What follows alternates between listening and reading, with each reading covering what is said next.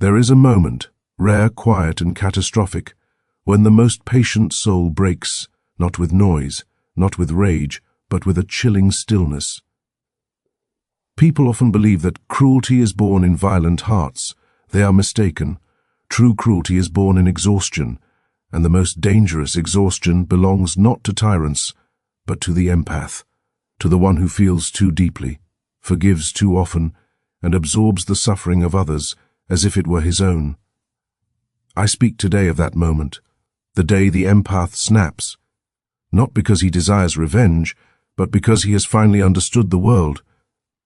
I am Arthur Schopenhauer, and what I will tell you is not comforting, but it is true.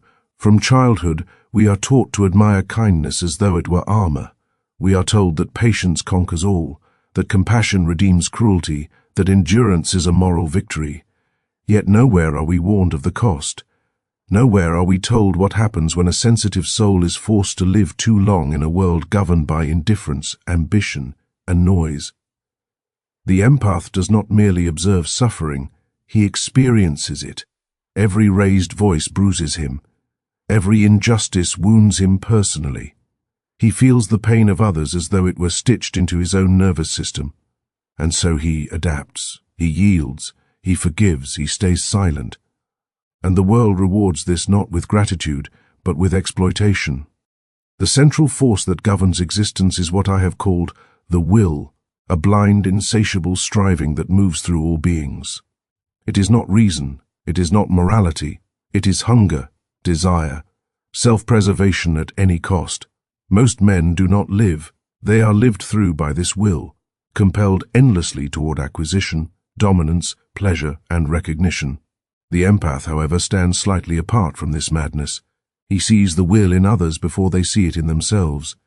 He senses motives beneath words, cruelty beneath charm, emptiness beneath success. This awareness makes him gentle, but also vulnerable, because to see clearly in a blind world is to suffer continuously. Consider how society treats such a person. He is called too sensitive. He is told to toughen up. He is advised to stop overthinking. What these phrases truly mean is this: stop reminding us of what we are, for the empath is a mirror, and most men hate mirrors. There comes a time, however, when even the mirror shatters, not suddenly, but slowly, fracture by fracture. Every unreturned kindness, every boundary violated, every betrayal excused, every silence swallowed. The empath endures not because he is weak, but because he believes endurance has meaning. He believes that by absorbing suffering he reduces it in the world. He believes his pain serves a purpose. This belief is his most dangerous illusion, for suffering does not ennoble the sufferer. It merely deepens his awareness, and awareness, when pushed beyond its limit, becomes something far more frightening than anger. It becomes detachment. The day the empath snaps is not marked by shouting or vengeance. It is marked by withdrawal, by the sudden absence of warmth, by a calm that unnerves those who once relied upon his softness. He does not explain. He does not accuse. He simply sees, clearly, finally, that the world does not change in response to goodness. And once this is seen, it cannot be unseen. You must understand, the empath's rage is not loud. It is surgical. It is the cold clarity that arises when illusions collapse, when hope dies not dramatically, but with a quiet certainty. At that moment, the empath stops trying to heal the world, and the world feels this loss immediately. Why is this terrifying?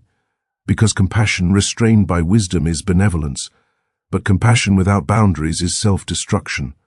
And when self-destruction ends, what remains is not mercy, but truth. Most people mistake empathy for weakness because they do not understand its origin. Empathy is not softness, it is perception. It is the ability to feel the will moving through others and to recoil from its cruelty. It is a form of intelligence, one that society does not reward because it cannot be easily exploited without consequence. But exploitation has consequences, and the empath keeps the score quietly.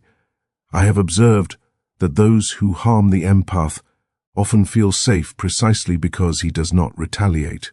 They mistake silence for consent, forgiveness for forgetfulness, patience for permission. They are wrong, for the empath remembers everything, not with resentment, but with clarity. And so the snap comes, not as violence, not as revenge, but as indifference. Indifference is the final stage of understanding. When the empath withdraws, he does not seek to punish. He simply ceases to participate in illusions. He stops investing emotional energy in those who feed on it. He stops explaining himself to those who never listened. He stops hoping that kindness will transform those who benefit from cruelty. This is not bitterness. It is resignation. At this stage, the empath becomes something the world fears deeply, a person who cannot be manipulated by guilt, praise, or threat, a person who has seen through the moral theater of society, a person who no longer confuses goodness with obligation. Such a person is rare and dangerous, not because he harms, but because he refuses to serve the will of others. This is why society works tirelessly to break such souls early. It mocks sensitivity. It glorifies ruthlessness. It celebrates noise over depth. Because a world run by the will cannot tolerate those who expose its emptiness. Let me be clear. I do not romanticize this snapping. It is not a triumph. It is a tragedy. It is the moment when hope finally exhausts itself. But it is also a moment of liberation, for when the empath releases the fantasy that the world will reciprocate his goodness, he gains something far more valuable, freedom from expectation. And in that freedom, he may finally turn inward, toward solitude, toward art, toward contemplation, toward the only refuge that has ever existed for those who see too much. I have long argued that salvation does not lie in changing the world, but in understanding it, and then withdrawing our blind participation in its cruelty. The empath who snaps does not become cruel, he becomes selective. He learns that compassion must be rationed, that empathy without wisdom is a liability. Peace is not found in fixing others, but in refusing to be consumed by them. This is the most terrifying realization of all, not that the world is cruel, but that it does not care whether you are kind. And so, if you are one who feels deeply, one who has carried others at the expense of yourself, know this: your breaking point is not a failure, it is a message from your own nature, telling you that you were never meant to bleed endlessly for a world that does not heal. Do not fear the snap, fear only the life spent ignoring its warning, for when the empath finally stops absorbing the suffering of others, he does something revolutionary. He chooses himself, and that choice, quiet, firm, irreversible, is the one thing the will cannot forgive.